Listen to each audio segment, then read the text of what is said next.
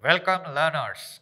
In this video titled Tribes of Karnataka, Major Tribes and the Present Scenario, together we shall be able to enumerate the important tribes living in the state of Karnataka and also describe the various facets of tribal culture and its varied exuberance. We have already discussed about Toda and Jenukuruba tribes. In this video, we will share other major tribes, namely Bedar, Hakkipikki and Sholaga tribes of Karnataka. Shall we begin with Bedar tribes? Bedar tribes can be found in several places of Karnataka and are divided in 6 social groups. Bedar tribes belong to the famous Dravidian language family group. They are also known as Beda, Berad, Boya, Bendar, Berar, Burar, Ramoshi, Talwar, Byadar and Valmiki. The word Bedar has an etymological significance. The word has been derived from the word Bed or Bedaru, which signifies a hunter. The ancestors of Bedar tribes were the Pindaris. However, some claim that their ancestors were Tiroli Kunbis. The origin of the name of the tribe is not properly known. It's said that the meaning of the term Bedar is without fear. Like me, I am fearless too. Less information is available about the origin of these Bedar tribes. Within the Bedar tribal community, there are few Hindus and are called Bedar. The Muslims are being referred as Berad. These Bedar tribes themselves like to be identified as Nayakwadi since they work as village policemen or Talwar, watchmen or Nayak Makkalu, chief's children. The societal structure of the Bedar tribal community is quite significant. Bedar tribes have taken up occupations like farming laborers, security guards, workers, stone cutters, drovers, etc. There are 3 subdivisions of Bedar tribal communities. These are Maratha, Khande and Telugu Bedars. They have their indigenous customs and traditions. Just like many of the tribal communities, the institution of marriage is given prime importance in Bedar tribal communities. The proposal of marriage usually comes from the parents of the bridegroom. Although child marriage is prevalent in the Bedar society, the bride does not reside with her husband till her puberty. Marriage within the subgroup of the Bedar community is not allowed. Widow remarriage and divorce are permitted amongst the Bedar tribes. In matters of administration, especially in case of disputable matters, the Bedar tribes take the help of the village headmen, popularly called Kattimani. Bedar tribal community has developed immense faith on various practices related to religion and spiritualism like fortune telling, magic and astrology. In the Bedar tribal community, all the Brahmins undertake the role of priests. In some places, however, Lingayat Matpatis also act as priests. Amongst the Bedar tribes, both the religions of Hinduism and Islam are prevalent. Janai, Jokai, Kandoba, Hanmappa, Ambabai, Jyotiba, Kandoba are some of the supreme deities of the Bedar tribal community. Images from deities like Durgava, Maruti, Venkatesh, Ellamma and Mallikarjun are made from silver, copper or brass images, and the Durga Murgava image is made in a box on their head. Cultural exuberance of the whole of Bedar tribal community has nicely been depicted in all its aspects like festivals, language, jewelries, etc. The people of Bedar tribal community communicate in Bedar language. Today, the Bedar tribes use diverse languages like Kannada and Marathi language. I know many languages which help me to appreciate the diversity of India. Jewelries are an integral part of the costumes of the Bedar tribal community. Both Bedar males and females are very fond of wearing ornaments that are made up mainly from silver and gold. As per the custom, these Bedar tribes have a set of conventional jewelries. The Bedar tribes wear gold and silver bracelets, khada, waist girdles, udurs, and gold earrings, muruva. In addition, Bedar females place their hair in a loose knots, wear several other ornaments like nose rings, a gold necklace, dhora in a social hoofed silver jewelry, which these Bedar females wear on the head. Moreover, there are quite a handful of Bedar tribes who shave their heads according to the custom. Tattooing also is a special custom of these Bedar tribes. The males and females of the Bedar tribe do tattooing on the several parts like forehead, corners of the eyes and forearms. Rites, rituals, customs are part of the Bedar tribal community.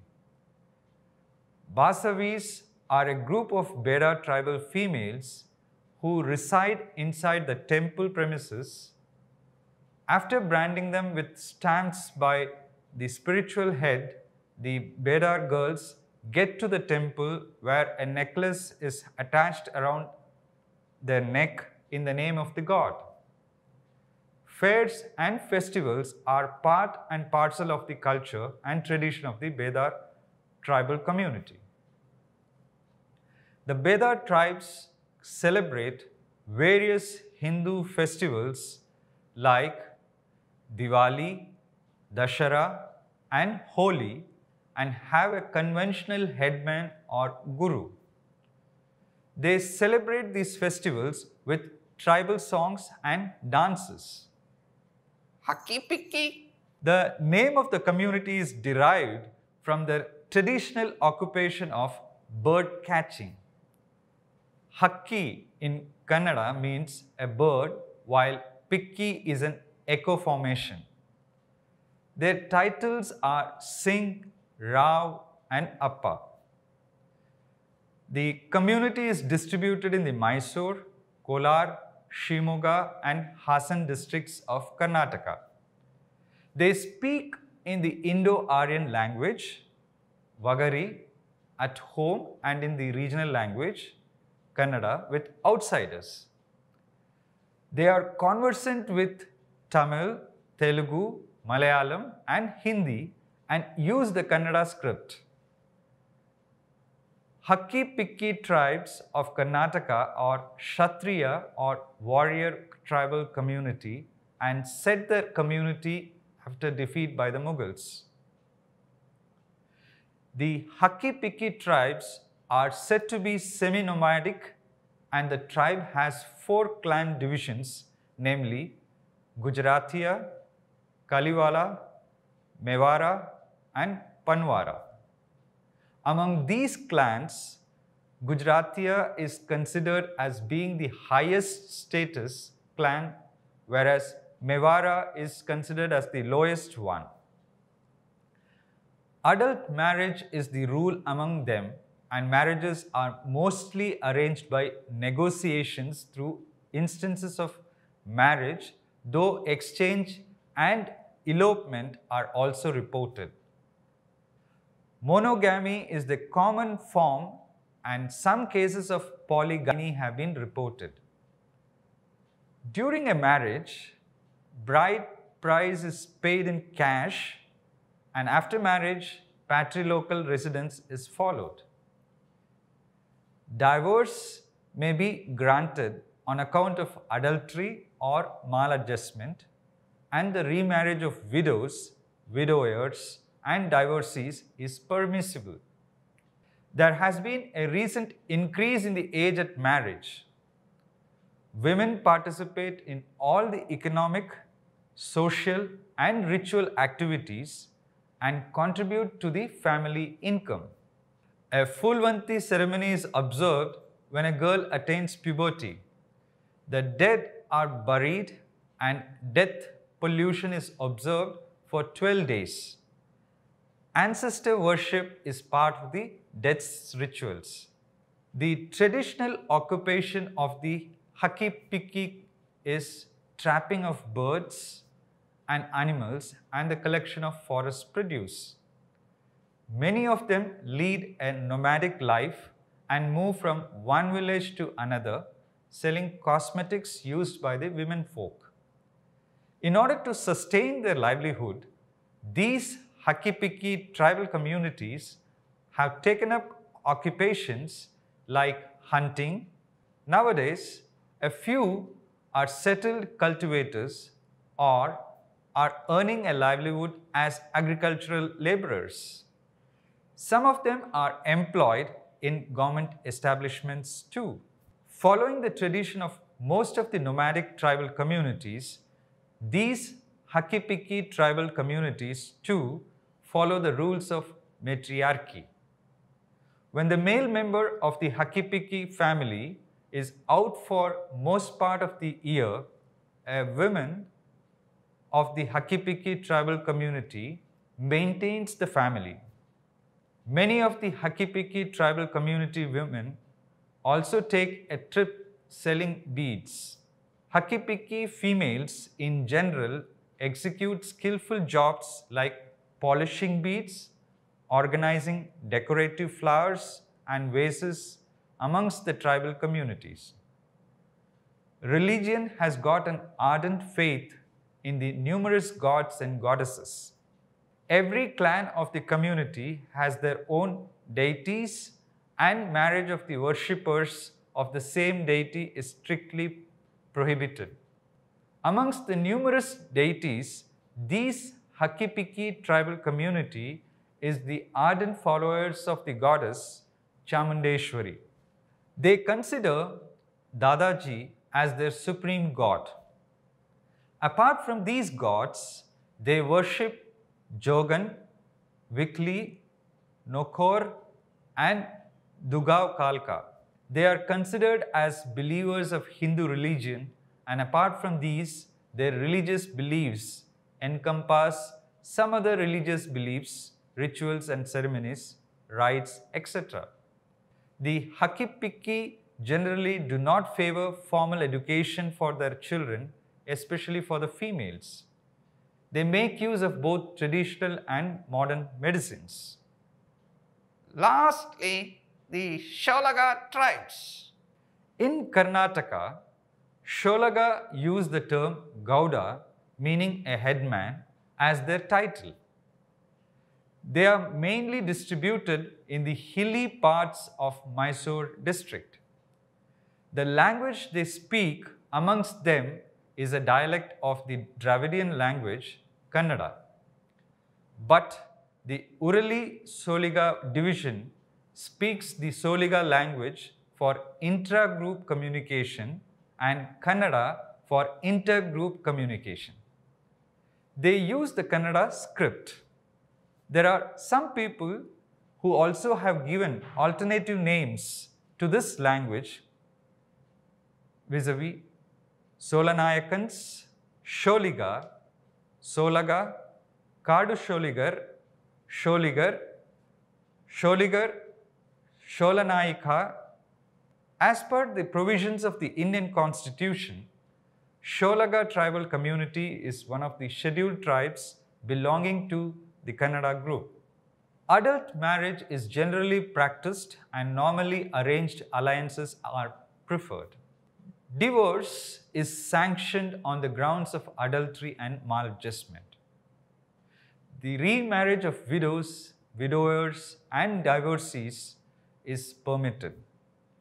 The women of this community fetch water, collect fuel and tubers, take part in social and ritual activities, and contribute to the family income.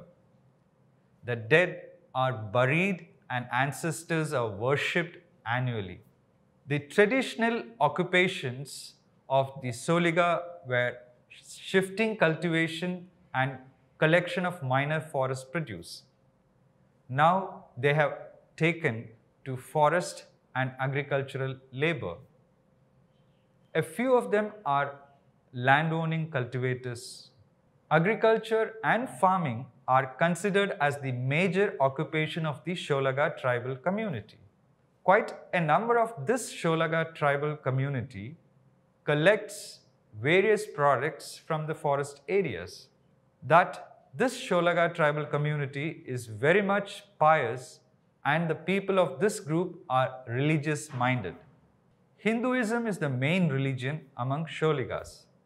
The Soliga worship community deities like Kharaya, Keti Devaru, Jadeswami, and some others. Mahadeshwar is their regional deity. They observe their traditional festivals like Rotti Habba, Mane Devara Habba.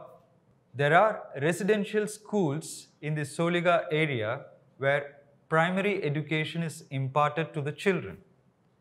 The general response of the people towards formal education is favorable. This community makes use of both traditional and modern healthcare systems. After discussing about the major tribes, let's talk about the present scenario of tribes in Karnataka. Begin with demographic profile. According to 2011 census, there are approximately 4.2 million scheduled tribes people, which is about 6.6% of the total population of the state. Sex ratio. The overall sex ratio of the ST population of Karnataka is 990, which is higher than 973 reported for state population in 2011. The sex ratio of ST population has improved from 961 reported in 1991 census. The overall sex ratio as well as child sex ratio, that is 0 to 6 age group of ST population of Karnataka, is similar to the corresponding national figures for ST population. At individual tribe level, Gond and Kolidor have lower sex ratio in total and in 0 to 6 age group populations in comparison to the state ST population as well as other major STs. Work participation rate. The work participation rate, WPR, is the percentage of workers to the total population. The WPR of 50.3% among the ST population in 2011 is higher than that of the state population, which is 45.6%. The WPR has increased from 47.8% reported in 1991. Marital status. Marital status is one of the important determinants of fertility and growth of a population. The 2011 census data on marital status show that 46.14% persons among the STs of Karnataka are never married. The currently married constitute 47.47%, while 15.83% are widowed and only 0.16% is divorced and separated. Literacy rate. The literacy rate of STs in Karnataka is a cause for concern, as it has consistently been lower than that of the total population. The literacy rate among scheduled tribes, which was 48.3% in 2001, increased to 62.1% in 2011, while the state average moved up from 66.6 to 75.36%. The gap between the literacy rate of the total population and the ST population is very wide, although there has been a marginal decline of about 1.6 percentage points in the last decade. While the literacy rate of scheduled tribes has improved in the decade 2001 to 2011, they still have a long way to go before they catch up with the rest of the population. The ST literacy rate in 2011, 62.1%, was even lower than the literacy rate of the total population in 2001, which is 66.64%, placing them more than a decade behind in literacy levels. Though the literacy rate for women has increased at a faster pace than for males, it is still problematic because it is so much lower than the literacy rate for all women in 2011. Hinduism is the predominant religion of ST population of the state. Religion. The 2001 census data show that the Hindus constitute 98.1%, followed by Muslims, roughly about 1%. The remaining population belongs to the category of other religions and persuasions and religion not stated. Lack of data is a constraint when it comes to tracking the health indicators of the ST population. Declining access of the tribal people to forest areas, which had earlier provided them with food rich in protein and micronutrients, is the biggest cause of poor nutrition amongst the tribal population of Karnataka. Recently, the Constitution Scheduled Tribes Order Amendment Bill 2019 seeks to include Parivara and Talwara tribal communities in the ST category to ensure they get reservation and other benefits provided by the government. Siddhi tribes of Belagavi, Dharwad would also be included in the ST category apart from those living in Uttara Kannada districts.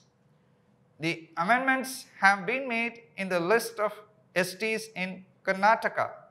To conclude, we started the first part of the video with an introductory note on the tribes of Karnataka. Next, we discussed their demographic profile and cultural elements of the tribal life in Karnataka. Alongside, we tried to have an insight into the major tribes of Karnataka. Eventually, the discussion ended with a brief on the present scenario of the tribes in the context of progress made as per the Census of India 2011. Hope you have learned a lot about the state of Karnataka and its tribes. I believe this learning will take you a long way in understanding the diversity of our tribes of Karnataka. Thank you.